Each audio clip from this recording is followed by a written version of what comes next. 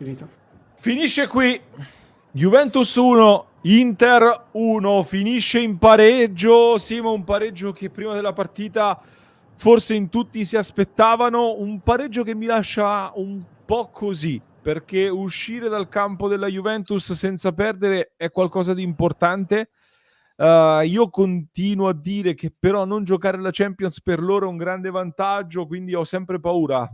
Era una grande occasione oggi per andare a creare un bel solco su di loro, e secondo me a livello di potenziale avevamo dimostrato di poterla vincere questa partita, che però alla fine, per quello che ha espresso soprattutto nel secondo tempo, si è vista da una parte e dall'altra un po' di paura del non perderla soprattutto, e quindi alla fine forse il pareggio, per quello che si è visto, è il risultato giusto. Decisamente, non a caso la ripresa, cioè non è letteralmente successo nulla in attacco, a parte il tiro di Thuram al 50° molto masticato col mancino. Dal 50° in poi non è successo letteralmente nulla, né di qua né di là.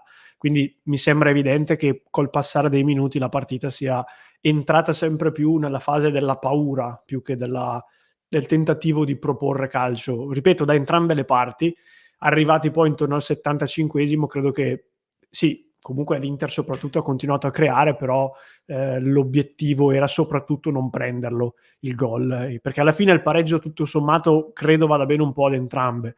Io ti dico la verità, è vero che la Juve ha questa cosa del non avere le coppe, allo stesso tempo essendo in casa poteva essere più lei quella a dover cercare il risultato. Per me in trasferta all'Inter pareggiare a Torino va bene, anche perché eri andato sotto ed era lo scenario che più di tutti ci faceva paura, con la Juve che poi si mette dietro, avevamo ancora tutti negli occhi la gara con la Fiorentina, quindi non è comunque banale anche aver la ripresa. Io esco da questa gara tutto sommato contento, ti dico.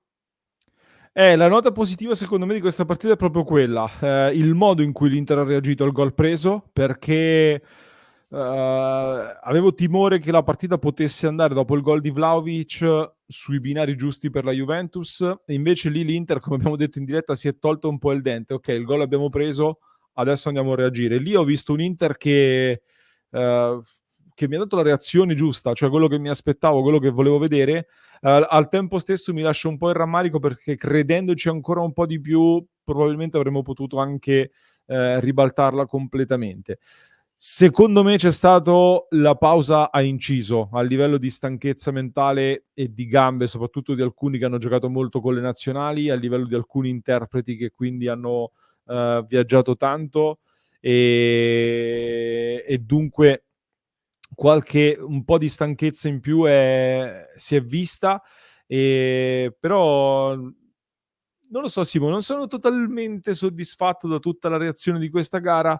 C'è stato qualche errorino di troppo, mi rimane molto il rammarico per come abbiamo preso il gol, perché il gol è stato preso su delle cose che io pensavo che quest'anno avessimo migliorato, cioè quella disattenzione lì con l'errore di Dumfries nello stop, mi lascia un pochino quel neo, ecco, sulla prestazione, perché pensavo che quelle cose le avessimo sistemate, soprattutto in casa della Juventus. In queste situazioni devi essere chirurgico al 100%, e abbiamo subito un altro gol come lo subivamo l'anno scorso contro la Juventus. Dimmi tu anche questo, cosa ne pensi? No, sono d'accordo sul gol, è stato un errore non da Inter di quest'anno, lo dicevo subito, l'ho detto subito anche poi per come si è sviluppata l'azione con anche De Vrij che lascia tantissimo spazio a Vlahovic, però chiaramente l'errore principale è di Dumfries in quel caso. Però io, ripeto, do grande peso al fatto poi di essere stati molto bravi a riprenderla con una gran bella azione, un gran bel gol di Lautaro. E poi è vero che l'Inter non ha giocato al 100% per andarla a vincere come fa praticamente nel 95% delle altre partite. Questo si è percepito, ma anche perché io ho avuto l'impressione di due squadre che comunque si siano affrontate rispettandosi molto reciprocamente. Entrambe conoscono i punti di forza dell'avversario, entrambe riconoscono la forza dell'avversario, non a caso sono prima e seconda, quindi qualcosa di buono avranno fatto tutte e due. E ripeto, evidentemente per come è andata, ad un certo punto è venuto comodo ad entrambe dire: io intanto non prendo gol, Dopodiché, se mi viene fuori un tiro, un rimpallo, una cosa di questo tipo, e lo faccio, per carità, tanto meglio, però non vado a sbilanciarmi nella misura in cui sia la Juventus che l'Inter, sbilanciandosi troppo, certo magari avevano più possibilità di fare gol, ma rischiavano fortemente di subirlo in ripartenza, perché comunque sono entrambe forti in ripartenza. Quindi tutto sommato, secondo me, ripeto, ci sta. Cioè, io avevo pronosticato 1-1 proprio perché mi aspettavo uno sviluppo simile. Se al 60° siamo in parità, il ritmo cala da entrambe le parti e uno la vince solo se ha la giocata o magari la palla inattiva, per dire. Però mi aspettavo questo, ecco. No, vabbè, chiaramente esci da questa partita rimanendo primo in classifica, a +2 sulla Juventus, +6 sul Milan, +8 sul Napoli, con cui però giocheremo alla prossima. Quindi poi il giudizio su questa partita si completerà probabilmente dopo la gara contro il Napoli. Tanto ti porti a casa un pareggio qui sul campo della Juventus ed eventualmente sarà la gara di ritorno, probabilmente quella decisiva o che peserà molto di più anche nell'ottica appunto dell'incrocio con la Juventus, delle due sfide. E fatto sta che in questa partita no, stavo leggendo anche i commenti, ne approfitto allora per leggerne un paio, poi vi dico un'altra cosa, mentre ringrazio Jacopo Tibollo per l'abbonamento su Twitch, grazie mille Jacopo, grazie De Pica Pica, benissimo, forza Inter, risulta il nostro De Pica Pica, quindi è contento del risultato. Giuseppe, grazie di cuore Giuseppe, i giocatori della Juve giocano in modo soporifero. È vero, secondo tempo oggettivamente si sono chiusi molto all'indietro, quindi diventava anche molto difficile per l'Inter andare a scardinare la loro difesa. Primo tempo è stata più aperta di quello che pensassi prima del fischio iniziale, in realtà. Primo tempo sì, il secondo sicuramente è calato molto di ritmo. C'è da dire, Simo, che a livello di cambi, cioè ho visto un Inzaghi cambiare tardi i giocatori e non so se quelli che sono entrati Inzaghi non li vede ancora pronti o comunque non hanno dato un grande impatto entrando dalla panchina. Fatto sta comunque che questa era una partita che ad un certo punto, secondo me, aveva bisogno di forze fresche per andare a sbloccarla e per cambiare qualcosa in una partita che stava andando nella palude appunto del pareggio e della partita molto sporca. Quadrado e Carlos Augusto sono entrati, soprattutto Quadrado più elettrico e qualcosa penso abbia fatto. Forse Frattesi me lo aspettavo un po' prima per dare qualcosa di diverso lì in mezzo al campo.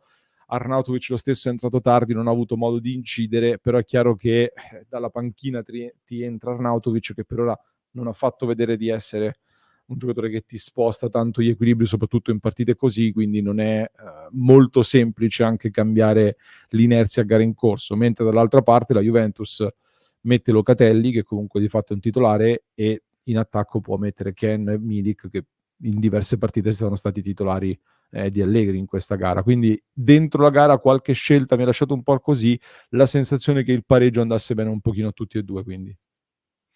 Eh sì, ripeto, è stato abbastanza evidente, cioè non è questione secondo me di non aver avuto coraggio o voglia di vincerla, è questione di prendere delle decisioni senza dimenticare il lato potenzialmente negativo di quelle decisioni.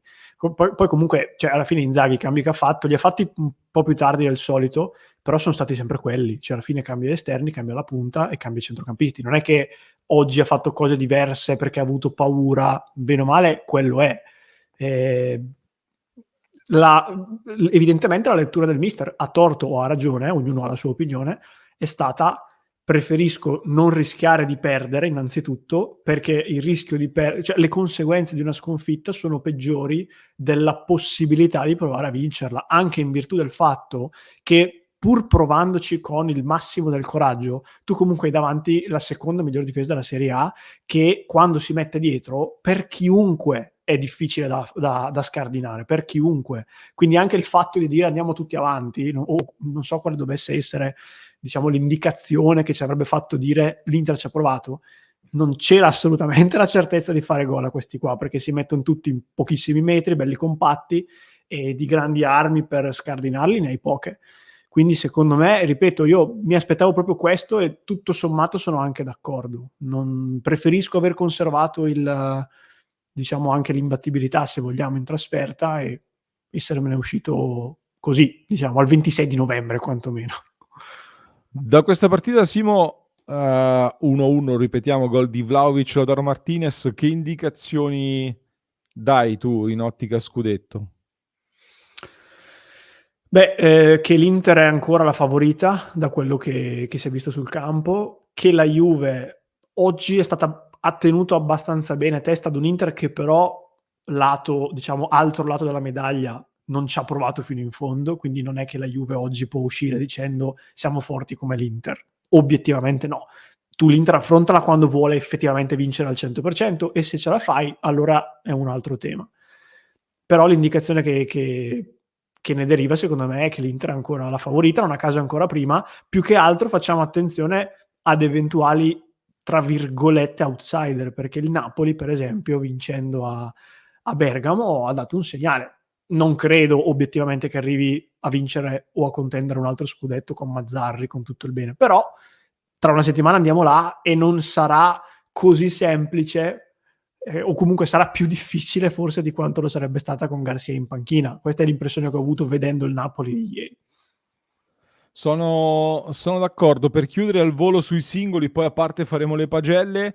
A me, oltre Lautaro, ovviamente, che fa un gran gol e una prestazione piena comunque a livello del solito sacrificio che ci mette dentro la partita.